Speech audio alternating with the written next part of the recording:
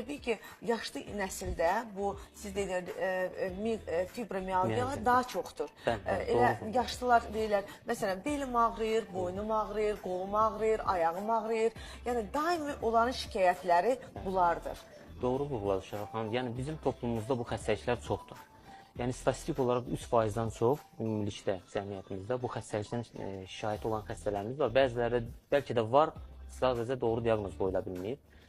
Xüsusən də bu xanımlarımıza daha çox biruzə verir, kişilərimizə nisbətən, amma kişilərdə də olma ehtimalı var.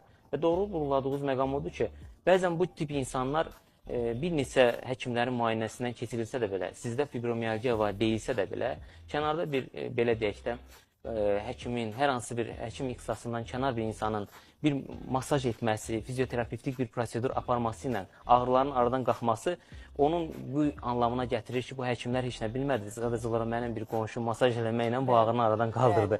Yəni, əsas xəstəliyin kökündə kompleks şəkildə müalicə əhəmiyyət kəsb edir. Biz bu müalicədə həm ağrı kəsicilərdən, həm antidepressant dərman preparatlarından istifadə etməliyik. Çünki bu xəstələr daha çox depressiyaya meyilli olurlar. Çox depressiyaya meyilli insanlardılar. Hətta bu insanlar stressdən sonra bu aktivlik daha da ataklar şəklində kəskinləşə bilir.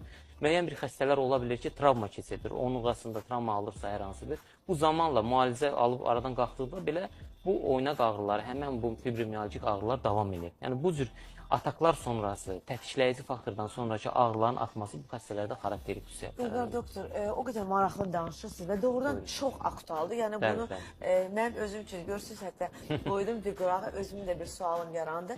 Baxın, mən elə özümdə də və mənə müraciət edən bir çox xanımlar olsun, bəylər, daima şikayət edirlər ki, boyun nahiyəsində daima bizim ağrılarımız olur. Buna deyirlər triggerli nöqtələr. Bəli. Və bunun ağrısını aradan götürə bilmirlər. Hətta, məsələn, adam var ki, boyun ağrılar tutanda təzyiqi qalxır və ya təzyiqi düşür. Yəni, mən istəyərdim, bax, boyun mialgiyası da olduğunun da bu yenə də sizə müraciət olunmalıdır, yoxsa necə?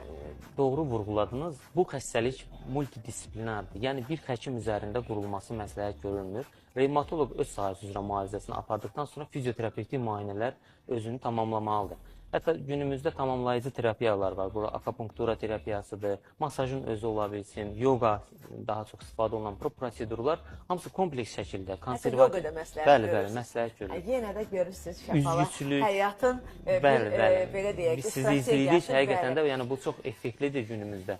Həm ruh sağlamlığı baxımından, həm fiziki sağlamlığı baxımından bu günümüzdə çox aktualdır. Günümüz daha çox stres üzərində qurulduğu üçün bu istiqamətlərə ciddi fikir verilməlidir. Həmçinin bu xəstələrimiz stressdən çox əziyyət çəkdikləri üçün psixoterapevtik həkimlərin də